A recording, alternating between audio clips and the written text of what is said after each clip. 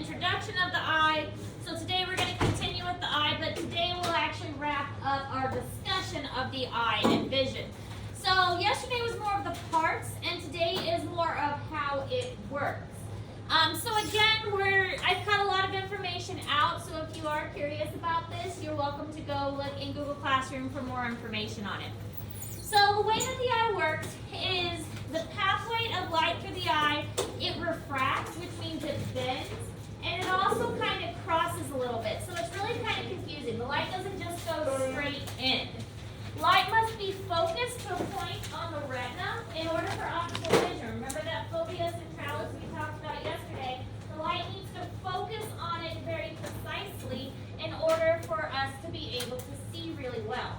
The light does get bent by the corneas and the humors and the lens and all of that, so the light kind of gets, it's kind of like if you're ever looking at something through a glass of water like a straw and the straw appears bent.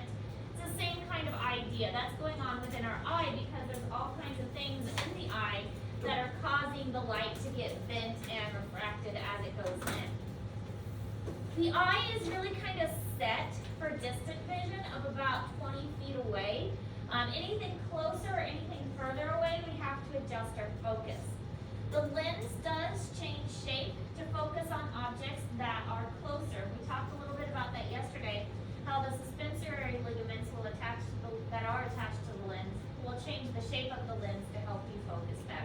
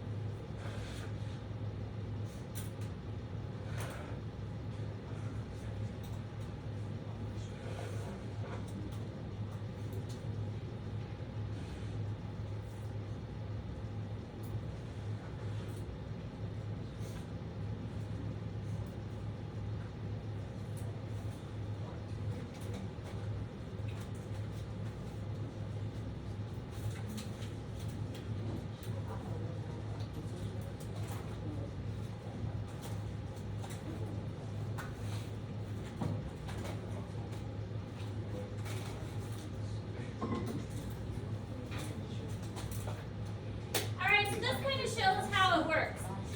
Typically, the light from a distant source is going to come into the eye and strike again that fovea centralis, and you can see it does get bent and kind of narrows down to that one point. A light from a near source still needs to get bent, but we need to change the shape of the lens in this case. So you can see the lens is shaped differently from the two pictures, and again that depends on where the light is coming from. Our eye has to do that in order for the eye to focus correctly. So the image is formed on the retina is what's called a real image, but it's reversed from left to right, and it's upside down, and it's smaller. So here's what's kind of going on. We've got a leaf, and then it gets flipped upside down and it gets reversed. So by the time it actually hits that fovea centralis, it's not upright or the right direction. So we need to process that information and then flip it back the right way, and that's what our brain is going to do. So that nerve, the optic nerve, takes the information to the brain and basically reorients the image to make it make more sense for us.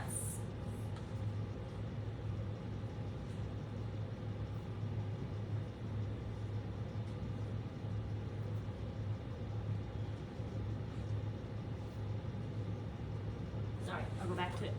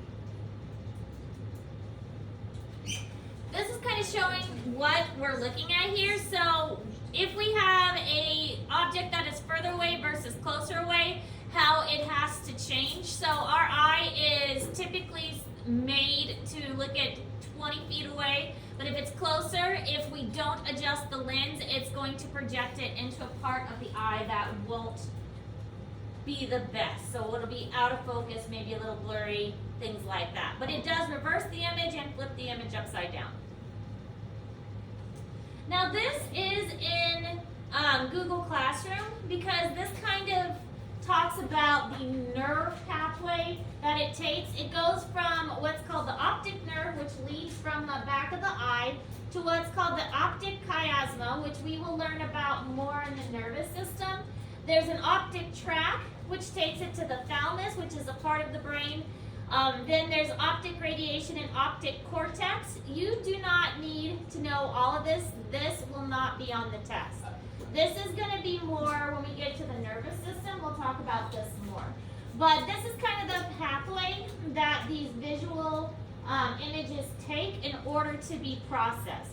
So the occipital lobe of the brain is where a lot of that vision is going to be processed. And so until it gets to that occipital lobe, the brain really can't make sense of it until it's back there. This is kind of showing the pathway. Again, you don't need to know this for the test, but you can see that the range of vision overlaps here in the center. So you probably noticed this, like if your eye's in focus a little bit, or you're laying down and you close one eye and you can see like different things, different parts of the room. Because the left eye can see what's on the left side plus part of the middle. The right eye can see what's on the right side plus part of the middle. But you can see that the nerves actually kind of crisscross a little bit here at the optic chiasma, which is this kind of crossing part. And again, we will be able to identify that nerve pretty well when we look at the brain and do the nervous system. But all those images have to get all the way back to the back of the brain, because the back of the brain is where images are actually processed. The occipital lobe is in the back. And so it's passing all of that information to the back of the brain in order to interpret what we're seeing. All right, so each eye sees a slightly different field of view, and the field of view overlaps for each eye. This, what's called binocular vision, provides depth perception. So by having this overlapping of the two visual fields, one from each eye, it allows us to determine what's close and what's far and away. So this is what depth perception looks like. Things that are close can be in focus, while things in the back are blurry. And you can reverse that. If you decided to focus on the house, then your finger would become blurry. So by having two eyes that are seeing two different things, and then your brain making sense of the different things that you're seeing, you're able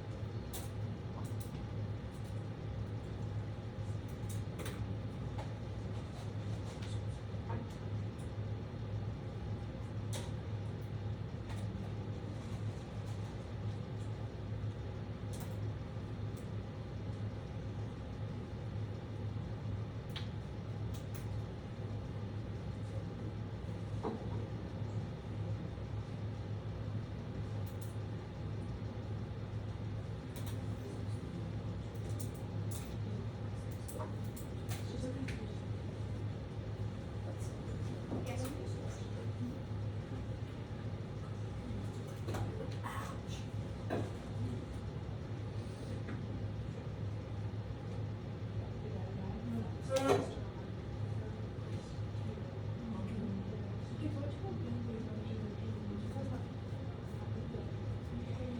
so as far as the way the eye is shaped, we talked about this a little bit yesterday, and how if the eye is shaped incorrectly, it can cause vision problems.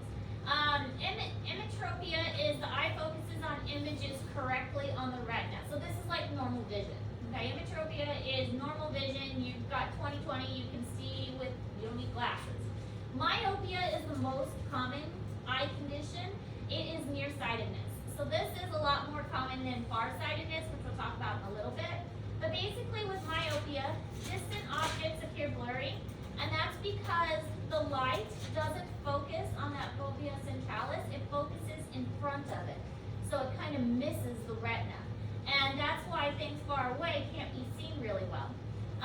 This is often caused by the eye being elongated like a football. We mentioned yesterday as well that the eye should be round, but in severe cases of myopia, the eye is actually football shaped. And this causes the focus point to be shifted into the aqueous humor and not onto the retina at all. And that's why corrective lenses, contact lenses, glasses, will help to change the shape of the light that is entering the eye so that it does in fact hit the fovea centralis like it's supposed to.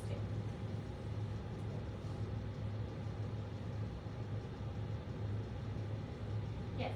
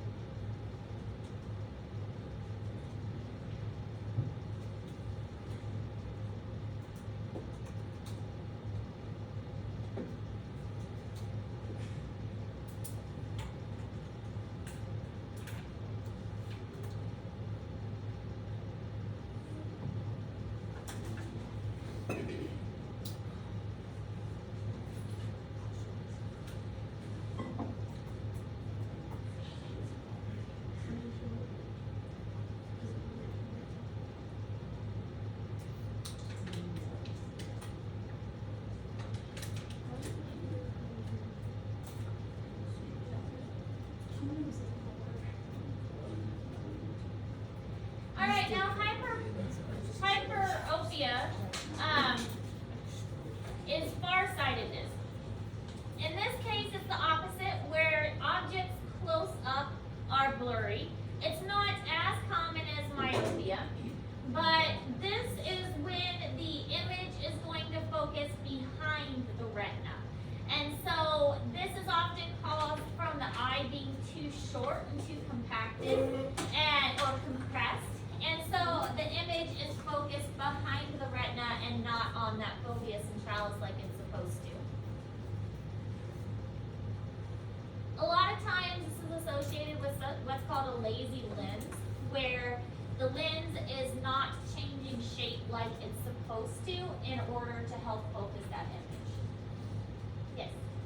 Is this like what older people have, like anytime they like look at a phone or something, they're like, when they like move their head back? Yeah, so they start to get hyperopia, and it is that their lenses and all the suspensory ligaments aren't functioning as correctly. Bifocals will help with this so that they can see closer. It's also why people, when they have cataract surgery, they may need bifocals because the suspensory ligaments were damaged in the process of making a new lens.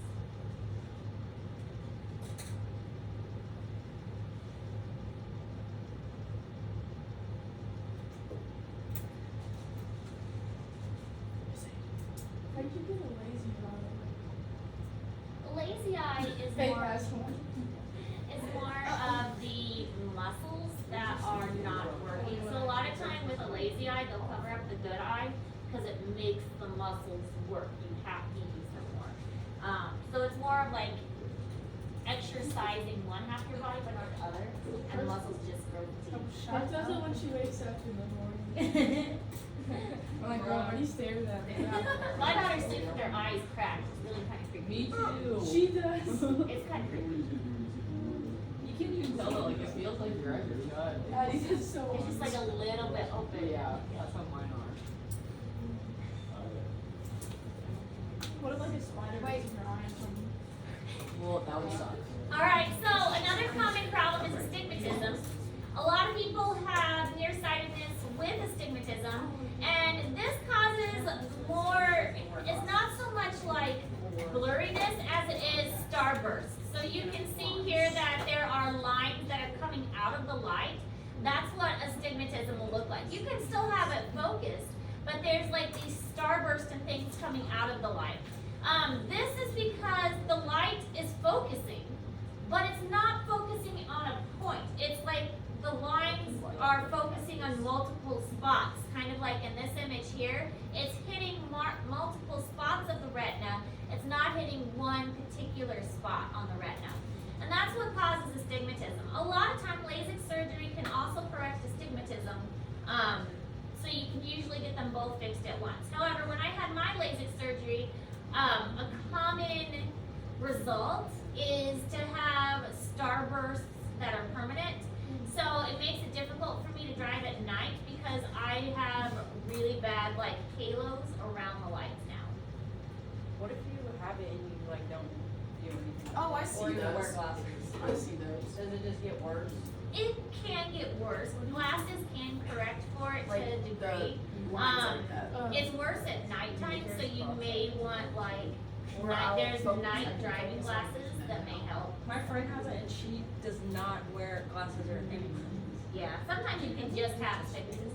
Question. So, like, whenever you're able to like blur your vision, because like right now I can make everything blurry.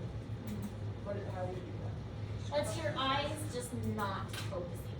So you're just relaxing your eyes so much you're not focusing on any object. Yes. Your brain's really not Girl, focused on shut anything.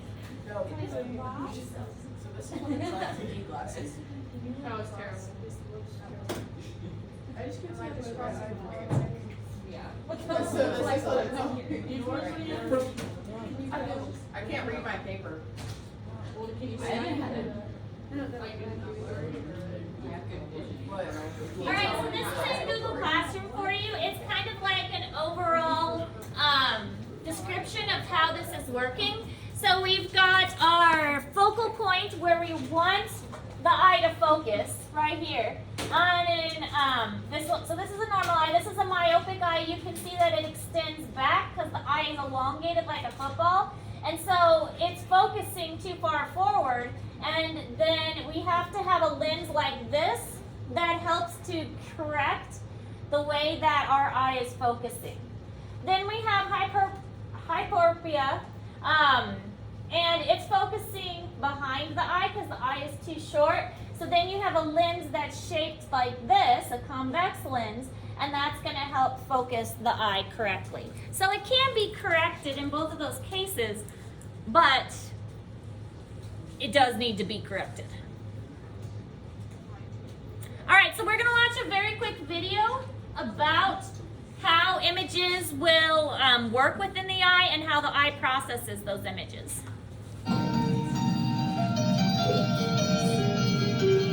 Vision is the dominant sense for most people with sight. The organ of sight is the eye. Think of it as a slightly irregular, hollow sphere that takes in light and translates it into images. If we enlarge the eye and look inside it, we can discover how that's done.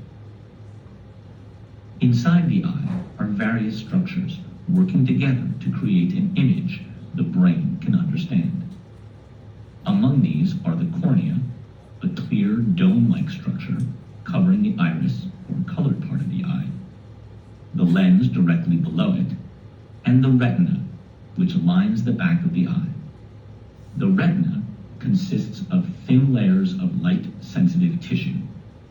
This candle can help us understand how the eye captures images and then send them to the brain.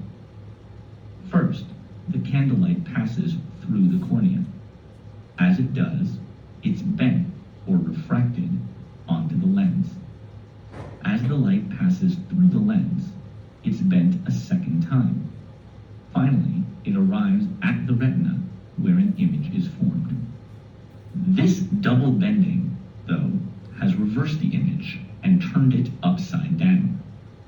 If that was the end of the story, the world would always appear upside down.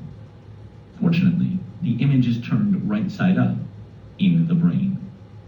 Before that can happen, the image needs to travel as impulses along the optic nerve and enter the brain's occipital lobe. When the image forms there, it regains its proper perspective. Now let's consider two common conditions that cause blurry vision. The eye's shape is important for keeping things in focus.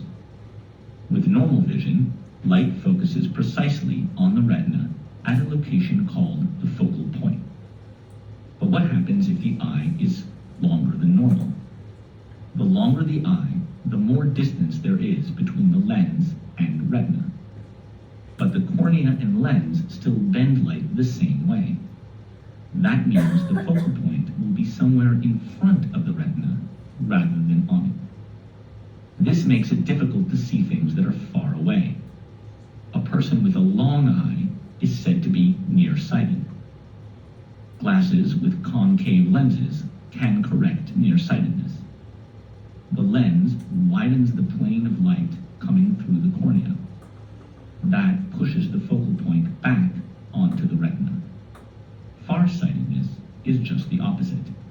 The eye's length is too short. When that happens, the focal point is behind the retina, so it's difficult to see things that are up close. Glasses with convex lenses narrow the plane of light. Narrowing the light passing through the cornea moves the focal point back onto the retina and can correct farsightedness. Lovely, like really old music, isn't it? It's no, I don't know when to do it again. It's going okay.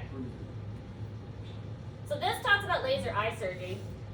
It's a really interesting video because laser eye procedures are getting more and more common, and I know a lot of you probably maybe even thought about it. So this video shows kind of the process of it and shows how it works.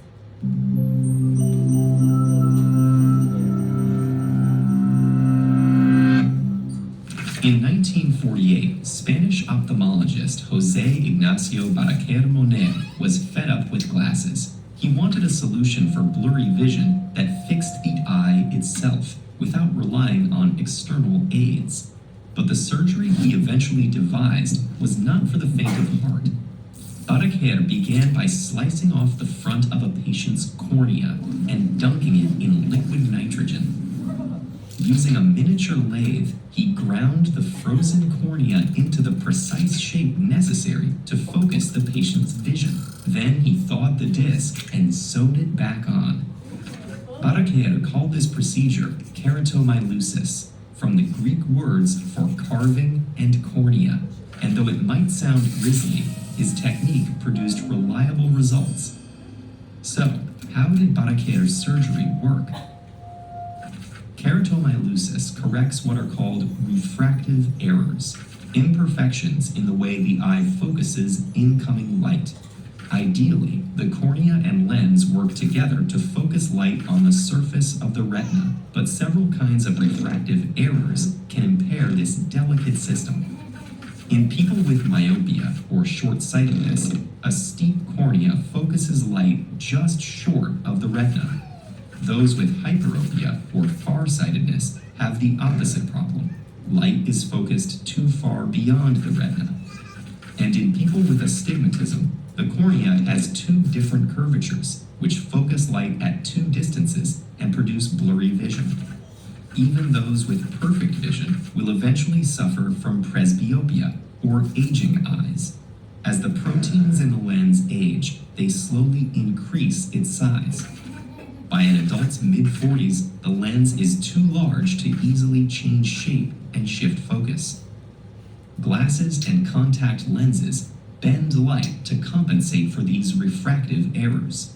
But as Batacare's procedure shows, we can also alter the shape of the cornea itself, moving the focal point backwards, forwards, or pulling a divided image together. And thankfully, modern eye surgeons can sculpt the cornea with far less invasive tools. In corrective laser eye surgery, surgeons rely on excimer lasers. These tools are accurate enough to etch words into a human hair. To safely accomplish these ultrafine incisions, they use a technique called photoablation. This allows the lasers to essentially evaporate organic tissue without overheating surrounding eye tissue. So how does laser eye surgery actually work? The first step is to separate a thin layer from the front of the cornea. This can be done with either a flat, wide blade or a femtosecond laser that produces millions of tiny plasma bubbles to create a plane beneath the corneal surface. Surgeons then lift the flap to expose the inside of the cornea. Guided by the refractive error and the shape of the cornea, the excimer laser robotically sculpts the exposed corneal bed into the correct shape. It takes This less process than 5 usually minutes. takes less than 30 seconds Well, for you're each under the eye. table, like, for less than Finally, 5 the flap minutes. is closed, and its edges reseal themselves in just a few hours. Because the lasering is done on the eyeball itself, it's described as in situ or on site. Its complete name is laser in situ keratomylusis, but you probably know it as LASIK. Essentially, this technique carves a patient's contact lens prescription onto their cornea. Like any surgical procedure, LASIK comes with certain risks. Some patients experience slightly blurred vision that can't be corrected by glasses. But the technique is currently about as likely to damage your eyes as wearing daily disposable contact lenses for 1 year. Today, a technique called SMILE enables surgeons to sculpt the cornea through even smaller incisions, further reducing recovery time. And lasers aren't just correcting the 3 types of refractive errors. This technology can also restore aging eyes. In a technique called laser blended vision, surgeons adjust one eye to be slightly better at distance vision and the other to be better at close range vision. The difference between the 2 eyes is small enough that most patients can merge their vision, allowing both eyes to work together at all distances. Advances in laser technology continue to make vision correction surgery more effective and accessible. One day soon, Batacare's vision of a world without glasses may finally come true. Did you know that you're crying right now? Our eyes are constantly producing. Alright, so you are awake during the procedure, but honestly, I don't remember much of it because they do give you drugs that make you like kind of loopy, and they numb the eye so that you don't feel anything. And they're talking through the whole thing, and really the laser is only on your eye for about less than a minute. And they just tell you to like stare at a light, and then you just stare at the light, and then it's over. And then in less than 5 minutes, you're off the table. And it was really kind of weird. They told me to look at the clock before I had the procedure, and I looked at the time, couldn't see the clock. I didn't even know there was a clock there. And then as soon as the procedure was over, they're like, okay, look at the clock now, and I could see the clock. I was like, that's amazing. I can see, and I could see for about a year before my eyes started regressing. So for about a year, I didn't have contacts or glasses. So it is a good procedure if you can ever have it done. Insurances don't cover it though, because it's still considered an elective procedure. So you basically just wasted money, kind of? In my case, I don't think it was a waste, because you also have to balance out how much glasses and contacts are going to cost. Yeah. For most cases that are normal cases, they can correct your vision to 20/20, and then you don't have to pay for contacts and glasses anymore. So it balances out. And in my case, it was necessary because my vision was so bad that glasses and contacts were not correcting it anymore. I couldn't see 20/20 anymore because it was so bad that glasses and contacts weren't working. All right, anyways, vision over time. So most of us know that an infant cannot focus very well, and they can't really focus at far away. Really, they can only focus about a couple inches They say that the best focusing is if you put the baby in the mother's or father's arms and you look down at the child. That's about as much as they can focus, and that's why babies like, one of the reasons they like to be held is because that's the distance that they can focus. So you can see by the time they get to 6 months, their vision's getting a lot better, but they're still not able to really determine color and things until they get much older.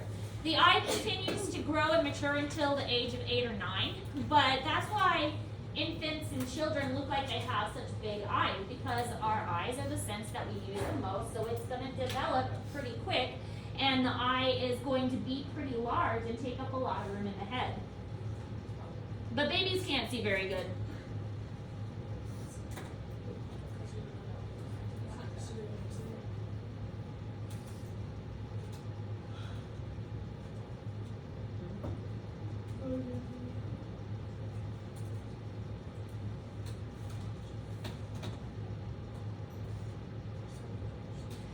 They figured that out. I mean, obviously they could tell a baby doesn't see good, but how do they know this is what a baby sees? A baby's not going to say, oh yeah, that's what I see. How do they figure that out? That's what I never understood about like animals too, Yeah. and how they know so much about animals. Scientists can be quite smart.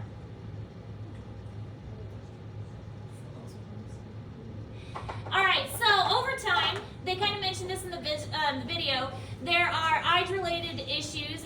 Presbyopia is old vision, decreasing lens elasticity. So again, the lens is not going to be as stretchy. Those suspensory ligaments are not going to work. The lens itself is going to become firmer. And so this causes difficulty to focus, and a lot of older people will have to get bifocals. The lacrimal gland becomes less active, so that means dry eyes is also going to be more common, and the lens will often become discolored or cloudy, or causing cataract. So that's a picture of a cataract there. Cloudy vision used to be the cause for blindness, and still is in some third world countries. But cataract surgery is very common now, and just replacing that lens is a very simple procedure. And so more people are having success with cataract surgery because it's becoming one of those things that is just kind of really commonplace. The muscles in the eye become tired, and so the iris becomes less efficient, and it causes the pupil to kind of remain constricted. It's not able to widen the pupil, and so it kind of remains at that pinpoint area. In the picture here, this person's probably had their eye dilated so that they could see the cataract inside. My dad had his eyes properly. When my eyes, I've had them dilated so many times, doesn't necessarily hurt. It's just annoying. Yeah, because when you go outside, your eyes can't constrict, so it's really, really bright. And when I have my eyes dilated, it's hard for me to focus on things. So like trying to do computer work or something's really difficult.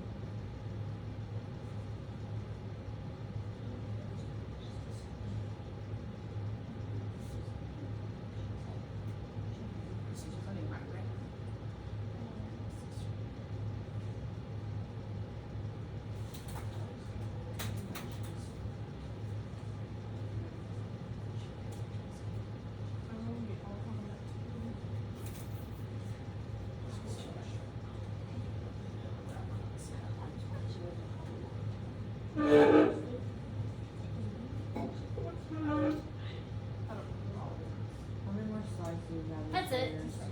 We're done. My hand is falling off. You're my friend. Well, I did mention that we've got a lot of information to cover in a little bit of time. So, all right. So we did cover like how the eye works today. Yesterday we looked at like the parts of the eye. Today we talked about how the eye works.